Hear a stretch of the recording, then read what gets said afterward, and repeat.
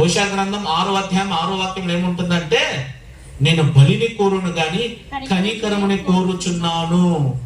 ఎందుకు కనికరం కోరుకుంటున్నాడంటే ఆయన కనికరించే దేవుడు. దేవునికి స్తోత్రం. ఈ మధ్య జరిగినటువంటి సంఘటనను బట్టి ఒక్కొక్క దైవ సేవకుని హత్తుకొని ముద్దు వాళ్ళ పాదాలకి ముద్దు పెట్టుకోవాలని అంత ప్రేమ నాకు సేవకుల మీద పుట్టింది. ఎందుకు తెలుసా? ఇప్పుడు చెప్తాను వినండి. ఈ మధ్య విజయవాడలో వరదలు వచ్చినాయి కదా, చాలా మంది నష్టపోయారు కదా. ఇప్పుడు వస్తువులు పోతే మళ్ళా కొనొచ్చు, స్థలాలు పోతే మళ్ళా కొనొచ్చు బ్రతుకు ఉంటే, కానీ ప్రాణాలు పోతే పొందలేము. సరే, వస్తువులు పోయినాయి, పిల్లలు పోయారు, చాలా నష్టం కలిగింది. ఇప్పుడు చాలా మంది దైవ సేవకులు చెప్పే మాట ఏమంటే, అంటే ఎవరు అనలేదు కానీ నాకు ఒక ఆలోచన వచ్చింది.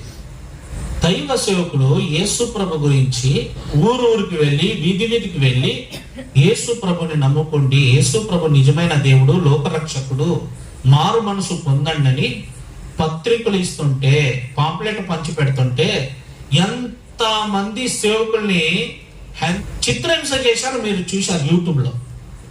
కొన్ని ప్రాంతంలో అయితే క్రైస్తవుల్ని నరికి పడేశారు. కొంతమంది చర్చ్ ని కూల్చేశారు. క్రైస్తవ్యం లేకుండా చేయాలి అని. అందరు కాదండి, అది కాదు. కొంతమంది పాస్టర్ అంటేనే పడదు కొంతమందికి. చాలా చిత్రహింస చేశారు. అంటే మన పాస్టర్లు చాలా ఇబ్బంది పడ్డారండి. ఏందో సోదరుల ద్వారా చాలా ఇబ్బంది పడ్డారు. దేవుని సువార్త ప్రకటించడానికి లేదు, మందిరంలో ఆరాధన జరిగించుకోవడానికి లేదు, చాలా ఇబ్బంది పెట్టారు. సరే, వాళ్ళు చేసిన పాపానికి ఏదో నష్టం కలిగింది. అప్పుడు పాస్టర్లు ఏమనుకోవాలి? వీరు ఏదైతే విత్తారో అదే పోయాలి, క్రైస్తవులకి వ్యతిరేకంగా లేచారు, అందుకని దేవుడు ఈ విజయవాడ ప్రాంతాన్ని నాశనం చేశాడు అని అనుకోవచ్చు కదా. అట్లా అనుకోలేదు. చాలా మంది దైవ సేవకులు ఎవరైతే వరద ద్వారా ఇబ్బంది పడ్డారో, నష్టపోయారో, చాలా మంది దైవ సేవకులు, శాలెం రాజు కావచ్చు, లేకపోతే చాలా మంది నాకు తెలిసిన విజయ ప్రసాద్ రెడ్డి గారు కానీ, ఇంకా కొంతమంది సేవకులు ఉన్నారు, వాళ్ళ పేరు మనకి ఐడియా లేదు, కానీ చాలా మంది పాస్టర్లు వాళ్ళ సంఘంలో ఉన్నటువంటి విశ్వాసంతో మాట్లాడి ఏమంటే పులిహార కానీ, భోజనాలు కానీ, బట్టలు కానీ, పాలు ప్యాకెట్ కానీ, బ్రెడ్ ప్యాకెట్ కానీ ఎక్కువ శాతం ఎవరు తీసుకొని వచ్చారంటే పాస్టర్లే. దేవుని స్తోత్రం. దేవుడు నాశనం చేశాడు, పోతే పోనీ అనుకోలేదండి.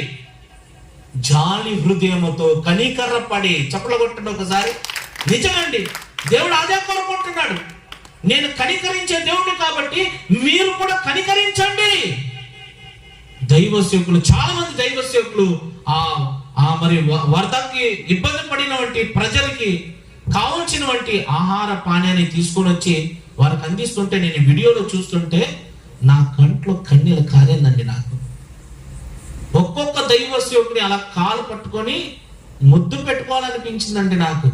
దేవుడు అదే కోరుకుంటున్నాడు. నీ ఎదుటి వ్యక్తిని ప్రేమించు, నీ ఎదుటి వ్యక్తిని సహాయం చేయి. చాలా మంది ఏం చేస్తారంటే, ఒక మనిషి చనిపోయిన తర్వాత పొగొడతాడు. వాడు అలాంటి వాడు, ఇలాంటి వాడు, అలాగ పాడేవాడు, ఇలాగ కలిసి ఉండేవాడు. చనిపోయిన తర్వాత మనం ఎన్ని గొప్పగా చెప్పుకున్నా కూడా ప్రయోజనం ఉండదండి. నీ కుటుంబంలో ఇప్పుడు నీ తల్లి కావచ్చు, నీ పిల్లలు కావచ్చు, నీ అత్త కావచ్చు, నీ కోడలు కావచ్చు, నీ మనోడు కావచ్చు, ఎవరైనా కానీ వాళ్ళు చనిపోయిన తర్వాత అయ్యో వాడు బ్రతుకున్నప్పుడు నేను ప్రేమించలేకపోయానే, సహాయం చేయలేకపోయానే, అతనికి నేను ఏ విషయంలో కూడా సహాయం చేయాలని చెప్పుకుంటే సరిపోదు. ఒక వ్యక్తి భూమి మీద ఉన్నప్పుడు, మన కుటుంబంలో ఉన్నప్పుడే అతన్ని సన్మానించాలి, ప్రేమించాలి, సహాయం చేయాలి, అవసరమైతే క్షమించాలి. దేవునికి స్తోత్రం. అదే కోరుకుంటున్నాడు దేవుడు. నేను బలిని కోరును గాని కనికరముని కోరుచున్నాను.